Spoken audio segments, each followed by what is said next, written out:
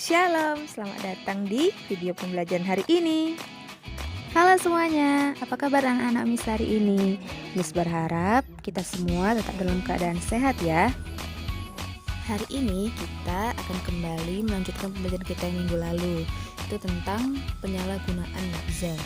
So stay tuned and happy watching. Hari ini kita akan belajar tentang penyalahgunaan nafza dan cara-cara apa saja yang dapat kita lakukan agar terhindar dari penyalahgunaan nafza. Nah, sebelumnya Miss mau kalian memperhatikan gambar-gambar berikut ini. Coba tuliskan apa yang menjadi pendapat kalian saat melihat gambar-gambar ini. Minggu lalu kita sudah belajar bahwa nafza sering disalahgunakan oleh manusia karena efek yang ditimbulkan ketika mengkonsumsinya. Rasa nyaman ketika mengkonsumsi nafza menjadi sesuatu yang menarik bagi orang-orang yang sedang depresi dan punya banyak masalah. Misalnya, orang-orang yang hidup dalam kemiskinan dan tidak memiliki harapan hidup, atau remaja yang orang tuanya sering bertengkar dan melakukan kekerasan. Ketika mereka menggunakan nafza, mereka merasa terbebas dari masalah dan merasa nyaman, meskipun hanya sementara dan tidak menyelesaikan masalah mereka. Saat efek nafza habis, mereka kembali mengalami masalah-masalah tersebut. Selain itu, beberapa orang yang hidup dalam keluarga yang harmonis dan kecukupan secara materi juga dapat terjebak dalam penyalahgunaan dan ketergantungan nafza. Mereka biasanya mendapat pengaruh dari lingkungan pergaulan yang buruk. Itu sebabnya Alkitab mengatakan dalam 1 Korintus 15 ayat 33 bahwa pergaulan yang buruk dapat merusak kebiasaan yang baik. Oleh sebab itu, bijaklah dalam memilih teman dan pergaulanmu. Apakah pergaulanmu pergaulan baik atau pergaulan yang buruk? Pergaulan yang baik akan membuat kita semakin mengenal dan mengasihi Allah. Kita menjadi orang yang lebih baik dalam karakter, sifat, bahkan perilaku kita. Sedangkan pergaulan yang buruk akan membawa kita jauh dari Allah dan melakukan hal-hal yang jahat di mata Tuhan. Kita juga akan melakukan hal-hal yang merusak hidup kita. Karakter serta sifat kita semakin buruk. Sekarang coba pikirkan, sudahkah pergaulanmu adalah pergaulan yang baik? Apakah pergaulanmu membuat engkau menjadi pribadi yang lebih baik? Ingat bahwa pergaulanmu saat ini juga dapat menentukan masa depanmu kelak. Penyalahgunaan nafza dapat membuat kondisi fisik kita menjadi rusak. Tadi Miss menunjukkan gambar-gambar ini kepada kalian.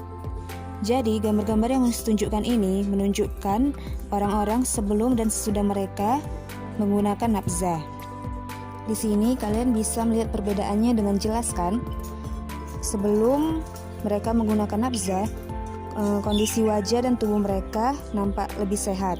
Sedangkan setelah mereka menggunakan nafza, kondisi tubuh dan fisiknya terlihat semakin buruk dan nampak tidak sehat. Penyalahgunaan nafza bisa terjadi di mana saja dan kapan saja. Oleh karena itu, kita harus punya sikap yang tegas agar kita bisa terhindar dari penyalahgunaan nafza. Kita dapat terhindar dari penyalahgunaan nafza dengan mengambil sikap PDABIS. PD abis. Yang pertama, P, percaya diri. Kita harus jadi orang yang percaya diri, menolak hal-hal yang jahat di mata Tuhan. Jangan takut kamu dikatakan gak keren atau gak hebat hanya karena kamu gak mencoba hal-hal itu. Ingat, kamu adalah ciptaan Tuhan, ciptaan Allah yang istimewa. D, 2 kali pikir. Artinya, ketika kita ingin melakukan sesuatu, pikirkan dampak apa yang akan kita terima ke depannya. Ketika kamu ditawari menggunakan nafza, pikirkan dampaknya bagi hidupmu, cita-cita, bahkan masa depanmu. Pikirkan juga dampaknya bagi orang-orang di sekitarmu. Apakah mereka akan merasa bangga atau malu terhadap kamu? A, aktif. Aktiflah dalam kegiatan-kegiatan yang bermanfaat dan berguna bagi hidupmu, seperti berolahraga, bermain musik, bernyanyi, membaca buku, memasak, dan kegiatan-kegiatan positif lainnya. Cari kegiatan yang dapat mengembangkan potensi dan bakatmu. Siapa tahu, bakat atau potensi yang kamu kembangkan sekarang bisa berguna di kehidupanmu yang akan datang. B. Berani berkata tidak.